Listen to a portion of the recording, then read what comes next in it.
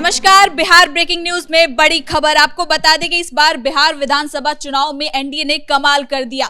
202 सीटों पर इस बार एनडीए ने बम्पर जीत हासिल की है, तो वहीं महागठबंधन केवल 35 सीटों पर सिमट कर रह गई। लेकिन अब इस जीत के बाद नीतीश कुमार के आवास पर हलचल तेज हो गई है, नेताओं का आना जाना शुरू हो चुका है।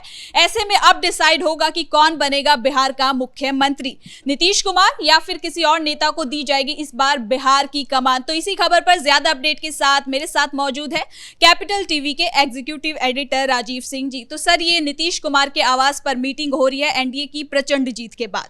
प्रचंड जीत के बाद तो मीटिंग होगी ही, लगातार एक दूसरे को लोग बधाइयाँ दे रहे हैं और नीतीश कुमार के आवास पर बड़े नेताओं का पहुंचना जारी है।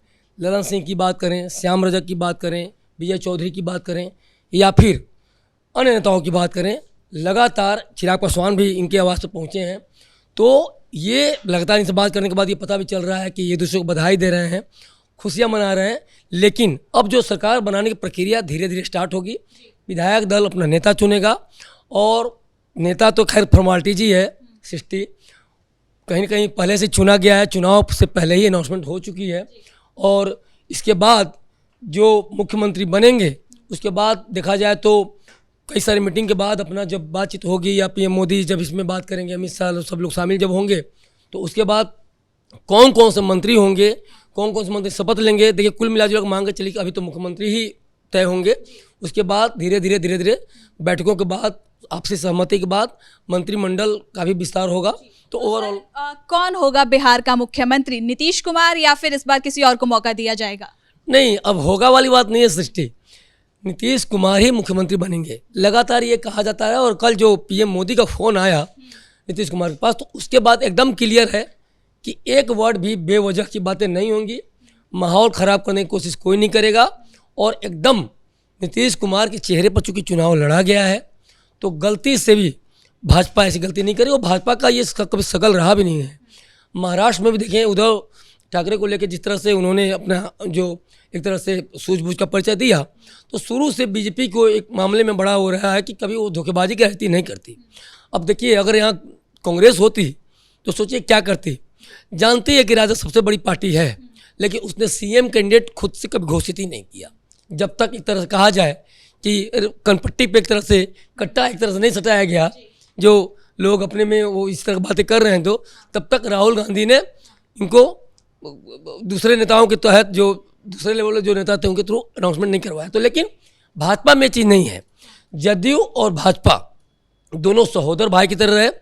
आप देख भी रही होंगी, मैं इसलिए कह रहा हूँ कि कहीं कोई मतांतर नहीं है कि भाजपा के यहाँ नीतीश कुमार का चेहरा लगा हुआ, फोटो लगा हुआ, कटआउट लगा हुआ है, और जदयू कार्यालय में मोदी और नीतीश का फोटो लगा हुआ है।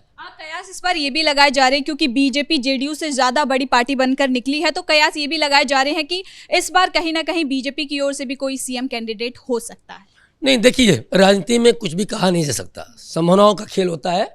आने वाले समय में अगर कुछ हो तो वो भी आपसी सहमति से होगा, भाजपा और जदयू की सहमति से होगा, न कि कोई मनमानी होगा। क्योंकि देखिए, मैंडेट का ख्याल रखना एक परिपक्व राजनीति का बहुत बड़ा तकाजा होता है। और मैंडेट दिया गया है मोदी और नीतीश के चेहरे को, और जो मुख्य चेहरा थे सीएम कैंडिडेट के तौर पे तो वो थे नीतीश कुमार। तो ये गलती कभी भी भाजपा नहीं करेगी, पहली बात।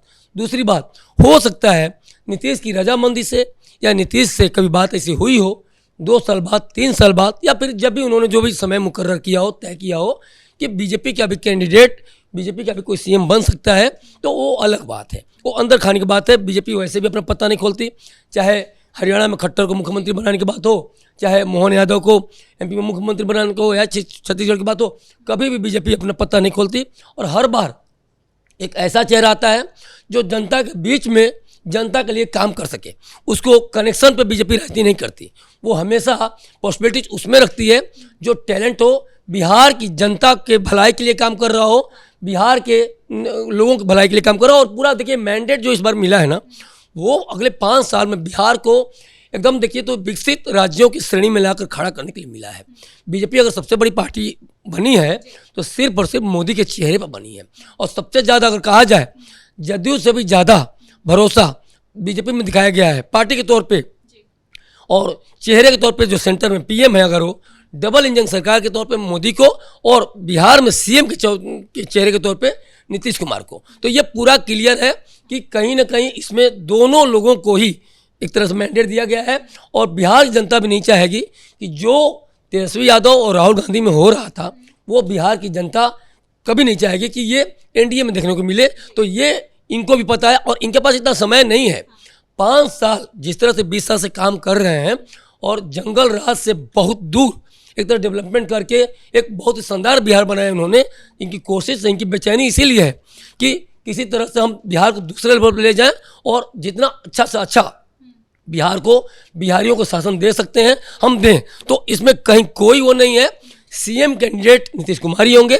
डिप्टी सीएम पे अगर बात करें तो सम्राट चौधरी के अलावे एक दूसरा चेहरा देखने को मिल सकता है, ये तय है। क्योंकि विजय सिन्हा का कार्य तो ठीक था, लेकिन वो उतने ज़्यादा देखा जाए तो सम्राट चौधरी के कंपेयर में उतने ज़्यादा एक्टिव नहीं दिखे, उतने ज़्यादा जनता के को एक तरह से कहा जाए तो चीज़ों को लेकर चले नहीं। तो ये यहाँ इनको बदला सकता है, ये एक नया चेहरा देखने को मिल सकता है।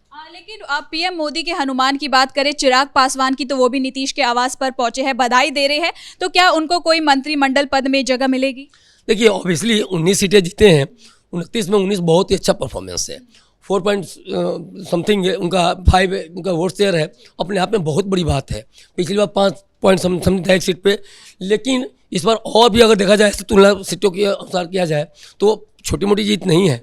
तो चिराग पासवान बहुत ही एक तरह से कहा जाए तो जिस तरह से डायनेमिक उनका एक पर्सनालिटी रहा है, डायनेमिक जिस तरह से राजनीति करते हैं, कभी भी वो पक्षपात की राजनीति नहीं करते हैं, कभी भी आरोपी की राजनीति नहीं करते हैं, कभी किसी को आप एकमात्र बिहार में चिराग पासवान ही ऐसे नेता हैं।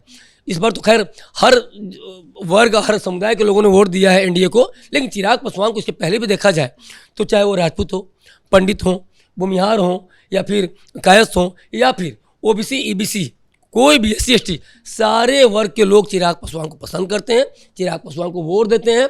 तो चिराग पासवान को मंत्रालय मिलना तय, उनके उम्मीदवारों को, उनके विधायकों को, और वो भी अच्छे मंत्रालय मिलेंगे, मजबूत मंत्रालय मिलेंगे, क्योंकि चिराग पासवान जो विकास की राजनीति करते हैं वो बिहार के विकास के लिए बहुत ही फायदेमंद होगा। बहुत बहुत धन्यवाद सर आपका इन तमाम अपडेट के लिए। तो कुल मिलाकर एनडीए की प्रचंड जीत हुई है, जिसके बाद नीतीश कुमार के आवास पर नेताओं का आना जाना शुरू है। लगातार मीटिंग हो रही है, बैठकों का दौर जो है अब वो कहीं ना कहीं जारी है। अब पता चलेगा कि बिहार का आखिर अगला सीएम कौन होगा, नीतीश कुमार या फिर कोई नए चेहरे को मौका मिलेगा। फिलहाल इस ब्रेकिंग में इतना ही। कैमरा पर्सन राजकुमार के साथ मैं सृष्टि शाह।